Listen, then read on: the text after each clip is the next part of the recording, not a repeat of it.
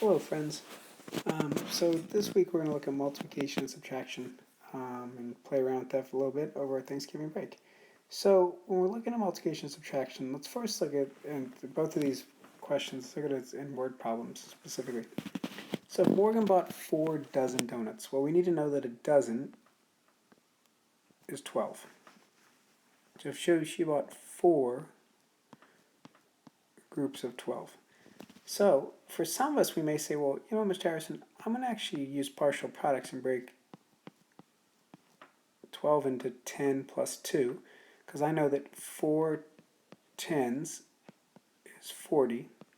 I know that 4 twos is 8.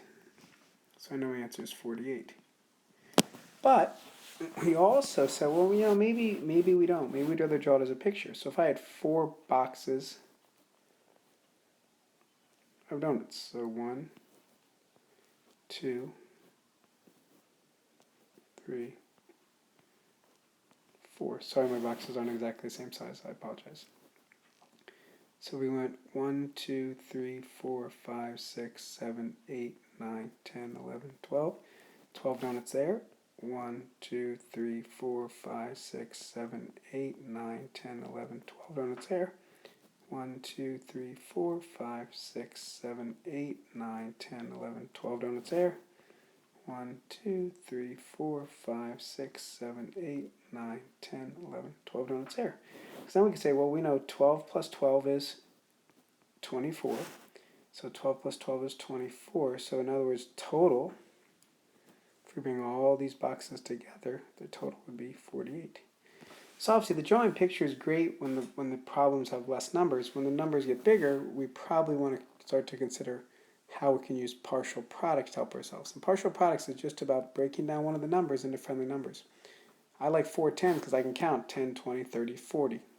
4 twos, well, or 2 fours, what's 4 plus 4, 8. So then that's why I use that. So that's just something for us to consider. Let's look at the next. So we have Taylor is reading a book about whales. It has 253 pages in the book. She has read 96 pages thus far. How many more pages does she need to read to finish the book? With this problem, one of the things that can happen is you can do it as a part-part whole. So you could say, well, we know the whole thing is 253. We know so far she's read 96. We can add up. That's one way to solve the problem. Okay?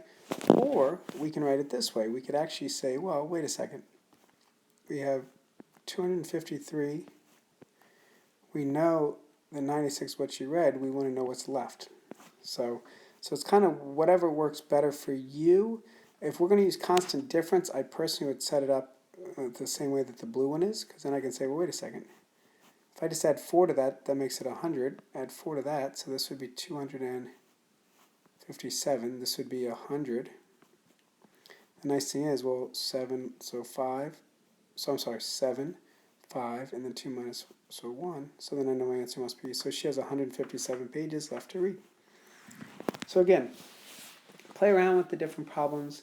There's a few subtraction, few multiplication, and like I said, if you need to draw a picture, draw a picture. If you want to do it out